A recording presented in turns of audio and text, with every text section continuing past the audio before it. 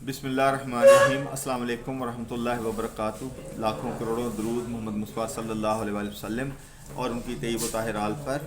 अल्लाहुम्मा सल्लि अला मुहम्मदिन व अला आलि मुहम्मदिन कमा सल्लैता अला इब्राहीम व अला आलि इब्राहीम इन्नका हमीदुम मजीद। अल्लाहुम्मा बारिक अला मुहम्मदिन व अला आलि मुहम्मदिन कमा बारकता अला इब्राहीम व अला आलि इब्राहीम इन्नका हमीदुम मजीद। अज़ीज़ तलबा तालिबात, माय डियर स्टूडेंट्स, मैं ग़ुलाम जाफ़र और आप देख रहे हैं मेरा यूट्यूब चैनल डिज़ाइन ग्लोब। उम्मीद है आप सब खैरियत से होंगे और जहाँ भी होंगे अल्लाह पाक आपको अपनी हिफ्ज़-ओ-मान में रखे, आमीन सुम्मा आमीन। अब जो हमारे लेक्चर्स रिकॉर्ड हो रहे हैं वो हैं रिवीजन के हवाले से, और गुज़श्ता लेक्चर्स के अंदर आपको जो है न्यू फाइल के जो कंटेंट हैं उनके हवाले से जो रिवीजन का पहला लेक्चर है वो एक तफसीली मैंने आपको ब्रीफ़ किया है। और उसके बाद हमारे जो बेसिक टूल्स हैं उनमें से rectangle marquee tool, elliptical marquee tool, lasso tool, polygon lasso tool और मैग्नेटिक लेसो टूल के लेक्चर्स आपको तफसील के साथ दे चुके हैं। अब जो अभी जो हमने आपको लेक्चर देना है उसके अंदर magic wand tool, crop tool, pencil, brush और क्लोनिंग टूल और pattern tool, pattern stamp tool, cloning tool और पैटर्न स्टैम्प टूल, ये सारे टूल्स हमारे आगे जो हैं कंटेंट्स का हिस्सा हैं। तो मेरी दुआ भी है और मुझे उम्मीद भी है कि आप इनको बगौर देखें, इनकी प्रैक्टिस करें, इनको समझें। जहाँ से आपको समझ ना आए, मैंने कभी किसी को मना नहीं किया पूछने से। आप टेलीफोन कॉल पे भी पूछ सकते हैं, आप ईमेल भी कर सकते हैं। अगर आप लाइव मेरे स्टूडेंट्स हैं तो आप क्लासरूम में भी आपको पूरी इजाज़त है, हर तरह से आज़ादी है। आप हर तरह से काम के हवाले से जितने मर्ज़ी सवाल करें, इंशाल्लाह ना आपको पहले शिकायत हुई है ना आइंदा होगी इंशाल्लाह ताला। तो चलते हैं अपने लेक्चर की जानिब।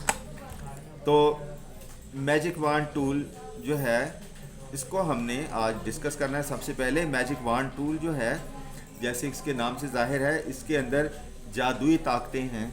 ये इतना बेहतरीन टूल है कि अगर ये टूल हमारे सिस्टम के अंदर ना हो, हमारे सॉफ्टवेयर में ना हो, तो हमारा काम जो हम इस टूल की मदद से चंद सेकंड में कर लेते हैं, तो वही काम हमें कई दिन लग जाएं करते करते, तो फिर भी वो शायद उतने अच्छे तरीके से ना कर पाएँ।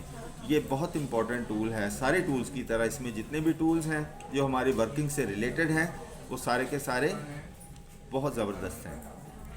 इसकी परफॉर्मेंस को एवेलुएट करने के लिए कुछ डॉट्स जो हैं यहाँ पे हम अप्लाई करेंगे पेंसिल की मदद से।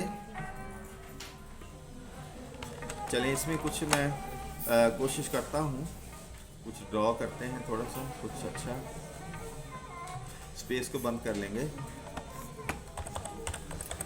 सिर्फ आपको मैंने इसकी सिलेक्शन के बारे में बताना है, लेकिन यहाँ पे कुछ ऐसे ही थोड़ा सा आपको ये पेंसिल की मदद से थोड़ा सा मैं आपको दिखाता हूँ।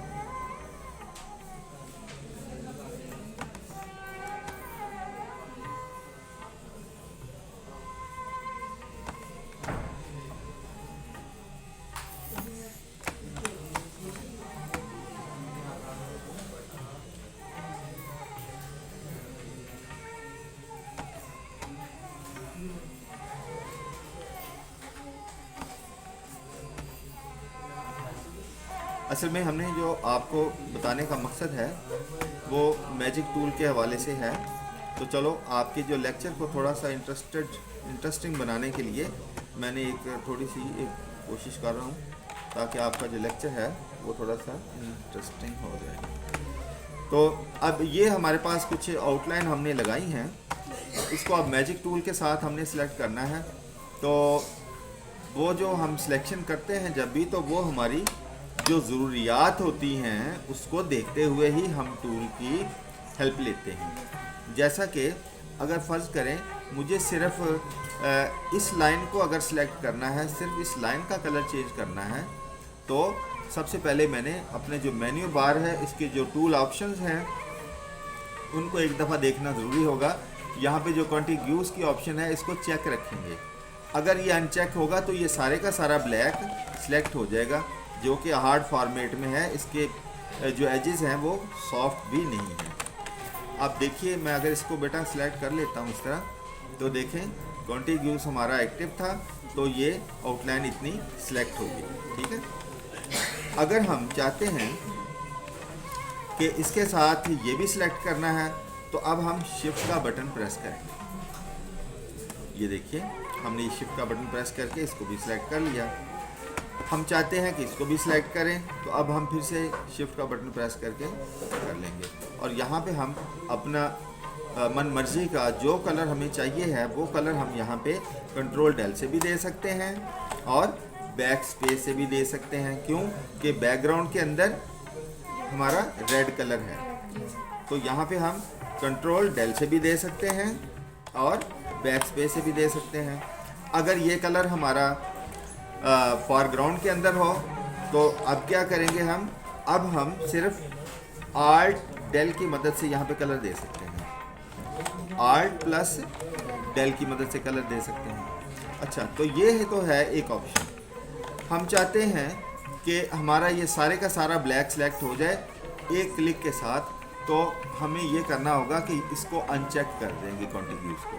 ये जो ब्लैक कलर है ये जितने भी साइज़ में हो, चाहे ये 20 इंच में हो चाहे 100 इंच में हो, ये कलर जहाँ जहाँ पे होगा, हमें अगर इसी फॉर्म में है, ये हार्ड फॉर्म में है, इसके अगर एज जो हैं वो सॉफ्ट नहीं है, तो हम इसको ज़ीरो टॉलरेंस पे भी रखते हुए, ज़ीरो टॉलरेंस पे रखते हुए इस पर क्लिक करेंगे, तो ये पूरी की पूरी फाइल में सिलेक्ट हो जाएगा जहाँ जहाँ भी होगा। अब हम इसको अपनी मर्ज़ी से जो कलर देना चाहें यहाँ पे हम इसको दे सकते हैं। ये है मैजिक टूल। ठीक है, तो इसके साथ ही आगे हमारे पास आ रहा है, ये सबसे ऊपर है हमारा एक मूव टूल। अच्छा, अगर आरजीबी फाइल के ऊपर आप काम कर रहे हो और आपने किसी चीज़ को मूव करना है आरजीबी फाइल में से, तो सबसे पहले उसको सिलेक्ट करना होगा। जब आप उसको सिलेक्ट कर लोगे, फिर आपने देखना है कि अगर मैं इसको मूव करना है तो इसके नीचे मुझे कौन सा कलर चाहिए, वाइट चाहिए या कोई ब्लू चाहिए या कोई और कलर चाहिए। तो बैकग्राउंड में आपने वाइट ही रहने देना है। अगर आपको बैकग्राउंड में कोई कलर नहीं चाहिए, तो आप मूव टूल में जाइए। अब आप इसको यहाँ से मूव करें। ये देखें, ये आप इसको आसानी से जहाँ मर्जी मूव करके ले जा सकते हैं। ठीक हो गया। तो अगर बेटा आपका यहाँ पर कोई सा भी कलर है, अगर फर्ज करें रेड कलर है बैकग्राउंड में, आपने इसको सिलेक्ट कर लिया है मैजिक टूल से और वी शॉर्ट की है मूव टूल की। अगर आप इसको मूव टूल से यहाँ से मूव करते हैं, तो देखें नीचे रेड कलर आ जाएगा, क्योंकि बैकग्राउंड में रेड कलर था। अगर आप चाहते हैं कि रेड कलर ना आए, वाइट आए, तो फिर बैकग्राउंड में वाइट ही रहेगा, तो वाइट आएगा। जो कलर आपका बैकग्राउंड में होगा वो वाइट आएगा। किस सूरत में, जब आरजीबी के अंदर आप किसी भी कंटेंट को मैजिक टूल से सिलेक्ट कर लेते हो और उसको मूव करते हो, तो बात को फॉलो कर रहे हैं ना। आरजीबी फाइल में अगर आपने किसी कंटेंट को मूव करना है सिलेक्ट करने के बाद, तो बैकग्राउंड में जो कलर होगा वो उसके नीचे आ जाएगा मूव करने के। ये आपने ख़ास तौर पे इसका ख्याल रखें। ठीक है, तो ये हमारा मूव टूल का भी फंक्शन थोड़ा सा डिस्कस हो गया है। और क्रॉप टूल तो ऐसा टूल है जैसा कि आप सब मोबाइल यूज़ करते हैं, और यही टूल होता है, उसके अंदर भी ये आइकन आपको अक्सर नज़र आएगा क्रॉप करने के लिए। तो इसमें जितनी फाइल को आपने क्रॉप करना है उतनी को आप सिलेक्ट कर लेते हैं। ठीक है, तो वो फाइल आपकी क्रॉप हो जाती है। फर्ज करें हमने ये इतनी फाइल क्रॉप करनी है, तो हम इसको इतना ही सिलेक्ट करेंगे, इंटर करेंगे, तो ये क्रॉप हो जाएगी। सम टाइम होता है कि चूँकि आप मल्टीपल यूज़र्स इस्तेमाल करते हैं कंप्यूटर, कोई सेटिंग में ऐसी कोई चेंज कर दी जाती है सम टाइम, तो उसमें क्या होता है कि आप अपनी तरफ से इतनी फ़ाइल क्रॉप करते हैं, तो ठीक है, लेकिन आपको फ़ाइल कितनी नज़र आती है जब क्रॉप हो जाती है, छोटी सी चुन्नी सी पिद्दी सी नज़र आती है। है ना, ऐसे हो जाता है। तो इसका क्या हल है, यहाँ पे क्लियर का ऑप्शन है, इस पर आप क्लिक कर दें एक दफ़ा, तो वो यहाँ पे जो जितनी भी विड्थ और हाइट के अंदर जितनी भी जो रेशो होगी ना, वो सारी की सारी अंडू हो जाएगी और आपकी क्रॉपिंग जो है वो एग्जैक्ट मिल जाएगी। आप क्लियर के ऑप्शन को यूज़ कर लिया जाए, ठीक है। अच्छा, इसके साथ ही इसको फर्ज करें हमने सिलेक्ट किया मैजिक टूल से, ये सारे का सारा कलर सेलेक्ट हो गया। हम इसको प्रोपोर्शनल छोटा करना चाहते हैं, इमेज साइज़ में जाए बगैर इमेज साइज़ में जाए, हम इसको छोटा करना चाहते हैं, तो इसको कंट्रोल टी कर दें। कंट्रोल टी करके आपने शिफ्ट का बटन लाजमी प्रेस करना है। अगर बिना शिफ्ट का बटन प्रेस किए आप इसको छोटा या बड़ा करते हो तो ये आपका जो कंटेंट है ये अपनी शेप को खो देगा, इसकी शेप ख़राब हो जाएगी। लिहाजा शिफ्ट का बटन लाजमी प्रेस करें। किसी भी कंटेंट को आपने छोटा करना हो चाहे बड़ा करना हो, और ये आपको ज़्यादातर इस्तेमाल, इसका जो सबसे ज़्यादा इस्तेमाल है वो डिजिटल के जब आप डिज़ाइंस बनाते हैं उसमें बहुत सारे अनवाओ इकसाम के कंटेंट्स आप यूज़ करते हैं और उनमें आपको साइज़ को छोटा या बड़ा करने की ज़रूरत भी पेश आती है, ठीक है।